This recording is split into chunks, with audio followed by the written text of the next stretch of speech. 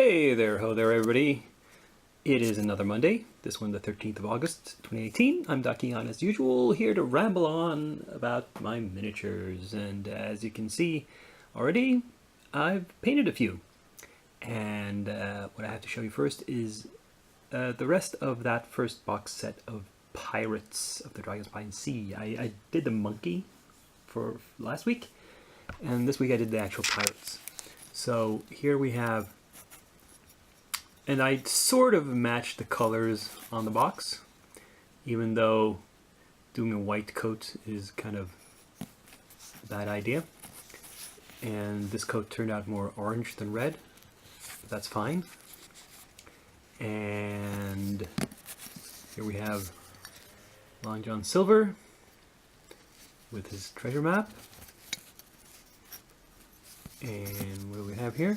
Here, this is somewhat unusual. This guy, most of these people have cutlasses or hangers of some sort. This guy is using what I have learned from watching a HEMA channel called Schola Gladiatora. It should be called a backsword. It's a straight-bladed sword, but with a kind of sort of cutlass hilt to it. I got a white speck on his cloak. That's bad. Oh well. He's a pirate. He might have some issues with his clothing. This is the only female pirate in the set, I believe. This first one I showed you is kind of ambiguous.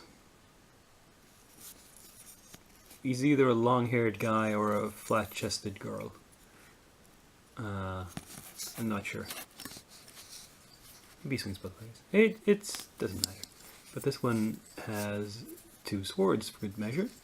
And here's a guy with all the pirate accoutrements. He has a peg leg, he has a hook, and an eye patch. He's got the trifecta. And so he can afford to wear bright green and yellow. That's his prerogative. Yeah. So, a good little batch of bright and cheerful pirates. And I even finished a few more models. But I have to warn you, before going on to the next clip, it is not safe for work. It will contain tiny miniature boobs. So if you're at a place where anybody's sensitive to that sort of thing, stop the video now. Just fair warning. And here we have them, some of the lovely ladies of hassle-free miniatures. As you can see, most of them are completely nude. This one is just carrying her staff and a dagger. This one has just a dagger. Oops.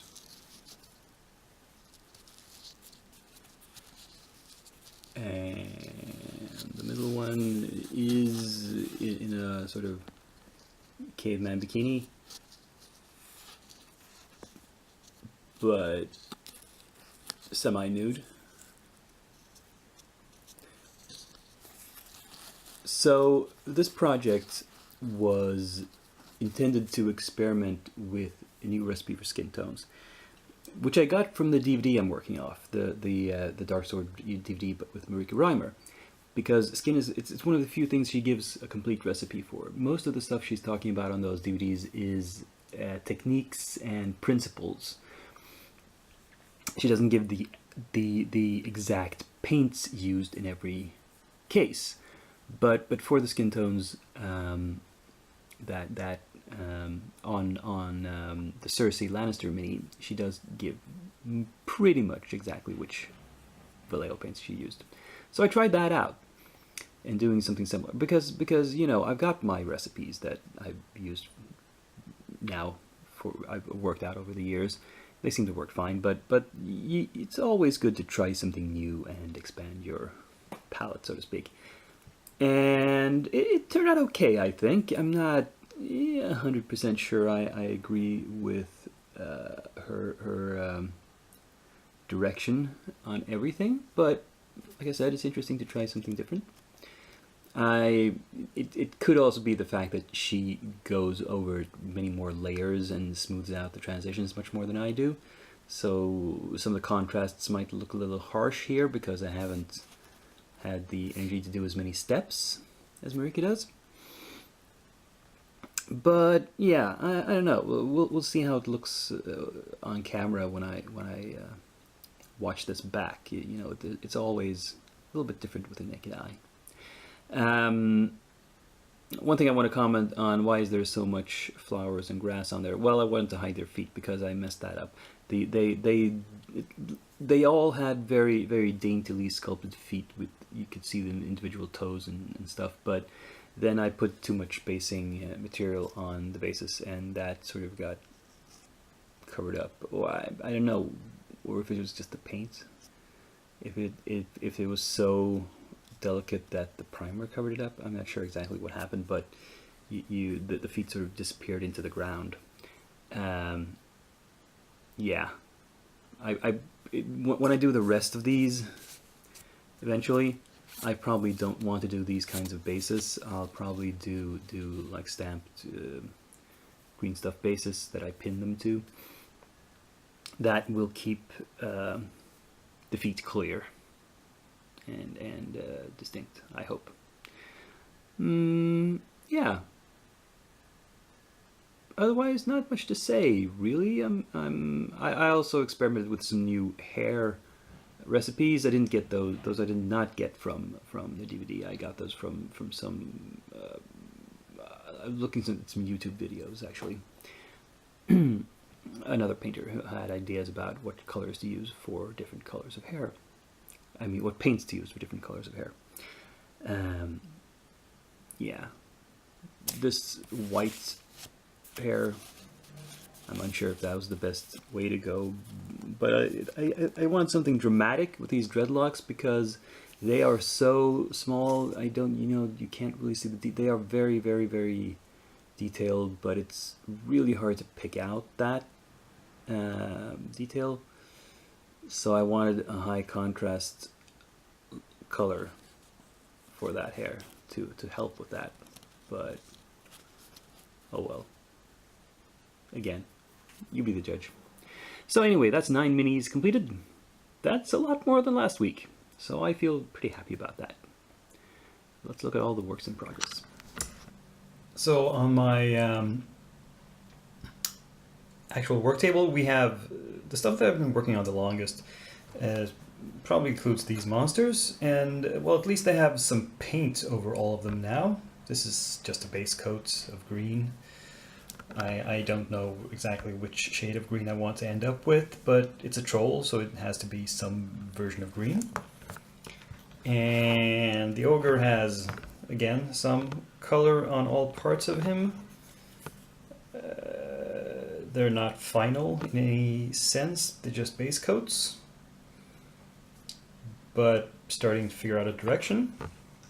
Then we have these Darksword minis, and as I mentioned, I've been working on Cersei on her skin here. It's a little sloppy because I'd like to slop over onto the dress because it's going to be painted a sheer fabric. So it's going to be like a see-through dress. And that's why painted skin tone, and then there will be glazing of the dress color over that. And yeah, Tywin, all I've done is sort of undercoat his armor in a darker brown. I'm still not sure. I don't think I want to do the NMM. I think I'll just paint the metallic gold. But there is another section on the DVD that has to do with freehand on painting patterns on his cloak, and I think I'm going to try that. And it also has different patterns for the cloaks of the Frog King and the samurai, hamster samurai. So I've started painting the coat and the cloak on these minis. It's not finished, at least this is definitely not finished. Lots more to do there. But yeah, it's going to provide sort of a base for some pattern. And really nothing done on this figure yet. So what else do we have? Here we have the next batch of pirates. Now, one of the first things you might notice about them is that I did decide to paint the wings for Sophie, Pirate Sophie here, separately. And this, I decided this because of the bird, the parrot she has. If the wings had only, let's see if I can do this with one hand. If the wings had only just covered her hair in the back there, I could have lived with that, just fudge that. But the thing is, if I attach the wings, it's going to be really hard to get in and paint the back side of the bird properly. So I started painting these separately. I haven't found a good way to attach this well to anything, so I can just reach the areas I want. So I'm just going to lay it down on paper and then paint one side, seal it, turn it over, paint the other, seal that, and then glue it on as it's finished. Otherwise, what I've done here is sort of a little bit of a new spin on my old pre-shading tricks. This is not pre-shaded with the primer. I wanted to get a more precise dark lining effect, and let's see where the focus is. Here, I think it is. So I did this by first priming white, pure white, and then doing a very thin paint wash of a dark brown. And I emphasize that it's a paint that I thin down. I'm not using a specialized shade wash or quick shade or anything like that. The reason is I want to get more actual pigment settling down in the recesses, and also it doesn't when you thin down paint a lot, it does not behave in the way that for example, Citadel shade washes will, where it will tint the entire surface. It collects more just in the crevices, which is what I wanted. But then I enhanced it by giving them a dry brush of pure white after. So the idea here is that if I paint now very carefully, staying within the lines with just thin glazes, that's all I'm going to need. It will lessen my need for many layers of paint. I can go with like 2 layers. I can do with one thin glaze of a light color and then an even thinner wash of a darker color, and that will be it. I think that's the theory.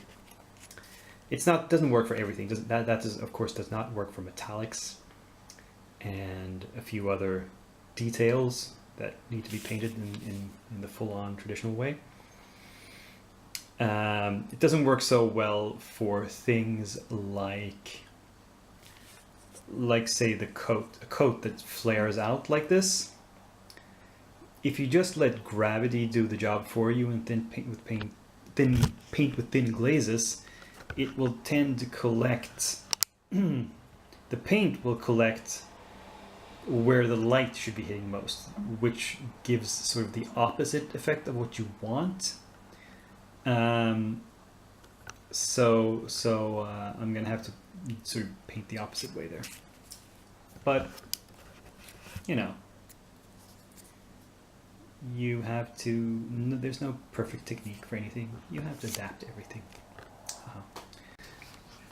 Yeah, so this is where we are with the hairs right now. They've been primed in a sort of zenithal priming scheme, just going from dark to gray to very light gray. And on the Bones Mini, you can sort of see the gaps where it's attached, but I'm not going to bother too much about that. On Gale Force 9 miniature, let's move around here so you can see more clearly. On camera, I think it's kind of obvious where the join is because it's not the scale. I haven't matched the scales perfectly or at all. But honestly, if you're not looking too closely, you know, this hump, you're gonna notice it because I pointed it out. But there's other little variations in height, so maybe it's not too bad. Yeah. And I think the most of the other green stuff work is pretty well hidden. Like, you're not gonna think about the ankles at all, really. That's not a part of a model you often look at. I might go in with a knife and try to fix this a little bit. That doesn't look too good. But otherwise, you know, we're going to move on to the next stage of painting on these. Let's see what happens. Now, I'm not sure I'm going to need to prep anything more for next week because the thing is, I'm starting work today. And while this first week is kind of a light week, next week is going to be really hectic. And yeah, I don't know how much time I'm going to have for painting. But if I do prep anything, the next thing in the queue is part 3 of Pirates of the Dragon Spine Scene. And I have to hold this label down because it's curled up. This box has been standing on, in a damp environment, and it's curled up like this. Now this box set contains 8 minis. It has the worst photography so far of any of the box sets. This looks really dark and muddy, and the back has no color at all. It's just showing the models. And but there are 8 miniatures in it, which is more than in the previous ones. That don't have any really special ones. No winged figures like Sophie. This guy is kind of neat. And they all, well, not all of them, most of them have bases with some planking in it. Or do they? Well, some of them do, maybe half. Now, I've painted some of these figures before, I realized. Specifically, this guy, I think he's called Esker Longlegs. Painted him in metal.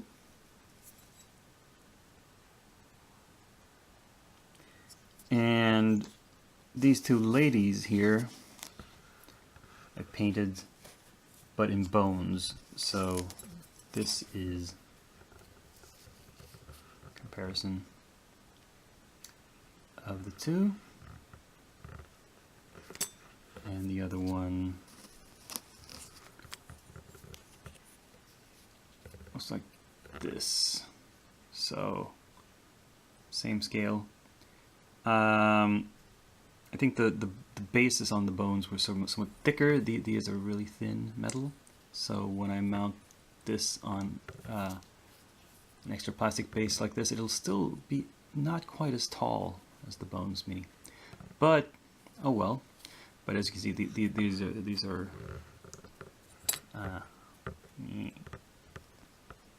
flexible bones. This is not. This is metal. This won't bend as easily. Hopefully it'll hold detail a little bit better as well. Anyway, who am I kidding? I like prepping minis, so I'll probably do some work on these, even if I don't finish the previously prepped models. I'm just lazy that way. Oh well. Let's look at some stats and see if there's any new arrivals.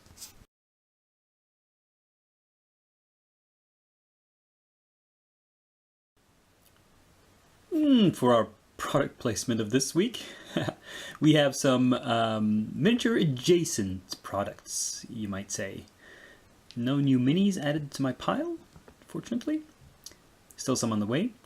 I know one Kickstarter that has shipped, so it should possibly arrive by next week.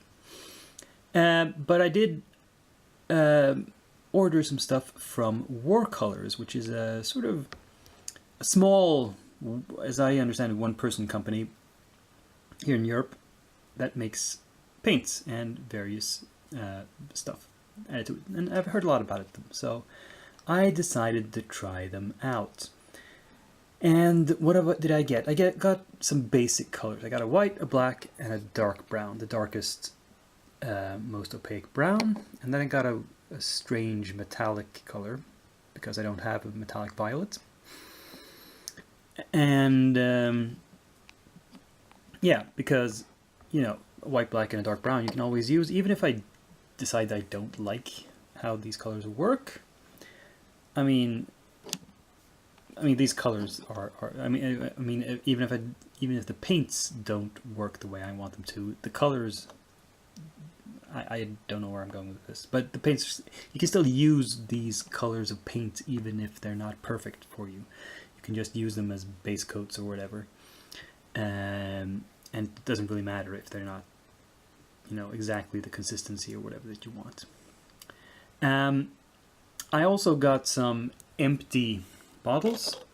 These are normal sized. I got half a dozen of these, and then I got some double sized, also half a dozen of these. And see, here are the caps and whatever for them. They came in separately. Apparently they're the same regardless of the size of bottle. But I got two with a smaller nozzle than normal sized. I decided that would be interesting to test and see if it's useful, specifically for thinner stuff like washes or shade washes that I don't, or inks that I don't perhaps want to pull such big drops of. And they also have these glass beads that you use as agitators for the paints to mix them up by shaking the bottle. I have in the past tried using ball bearings, stainless steel. The problem is that stainless steel isn't. I mean, the steel might not stain, but it can discolor the paint in some way. I'm not sure how it works chemically, and some paints are fine, others get a sort of rusty discoloration at the bottom of the bottle when you use steel ball bearings. So I decided to switch to using glass instead. That's yeah, so we'll have to see how these things work out. But otherwise, that is the end of another episode. Happy you joined me and that you watched this far.